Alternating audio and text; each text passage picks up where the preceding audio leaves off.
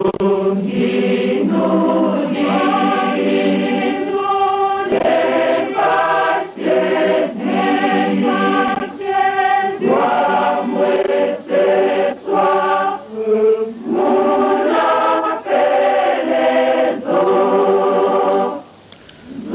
les images, nous voyons la prison de Kastombo où le prophète Simon Kimbangu a séjourné 30 années durant.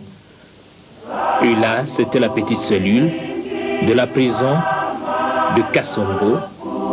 Et c'est après que vous verrez comment est-ce que le corps du prophète a été exhumé.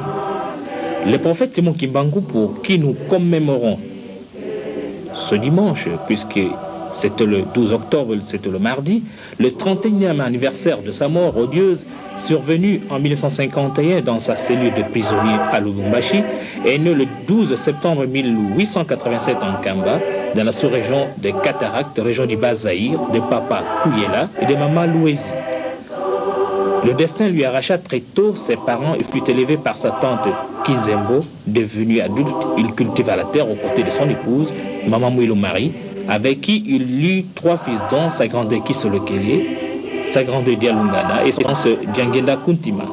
Kimbangu fit 4 ans d'études primaires à la mission baptiste BMS de Gombe-Lutete, à moins de 10 km d'Nkamba, où il fut baptisé en 1915.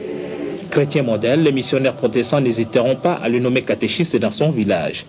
Vers les années 1918, Christ lui apparut et lui chargea d'une mission de plus grande, celle de paître son troupeau. Simon répliqua en disant qu'il n'était pas assez savant pour remplir cette besogne qui relevait des droits aux pasteurs et aux gens plus instruits. Mais Christ insista.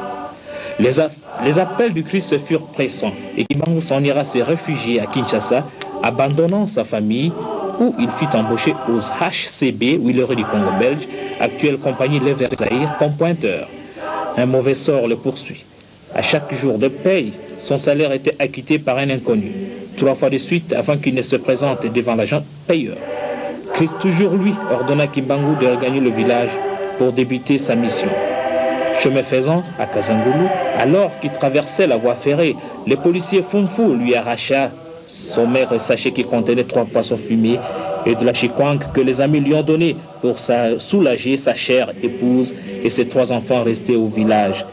Au matin du 6 avril, Simon Kimbangu, alors qu'il s'en allait au marché de Nsona Kiyenzi, accompagné de son fils aîné Kisolokele, fut contraint par Christ de guérir Maman Kantondo, alors agonisante, en lui imposant les mains au nom du Christ. C'était un Kombe Kinsuka.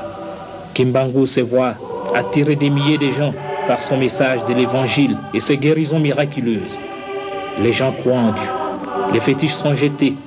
Les paralytiques marchent. Les aveugles recouvrent la vue. Les morts ressuscitent.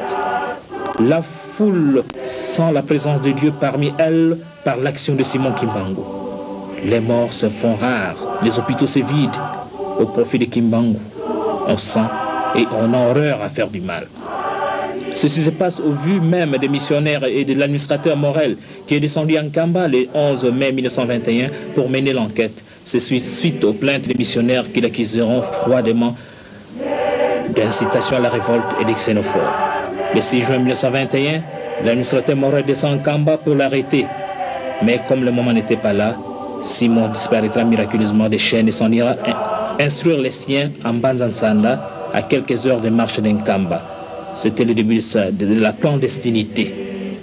Sentant son heure venue, Simon, suivi d'une foule nombreuse, regagnera triomphalement son village d'Nkamba dévasté et incendié par les soldats. Il sera arrêté le 12 octobre 1921 et condamné à mort par le jugement du 3 octobre du Conseil de guerre de Tisville.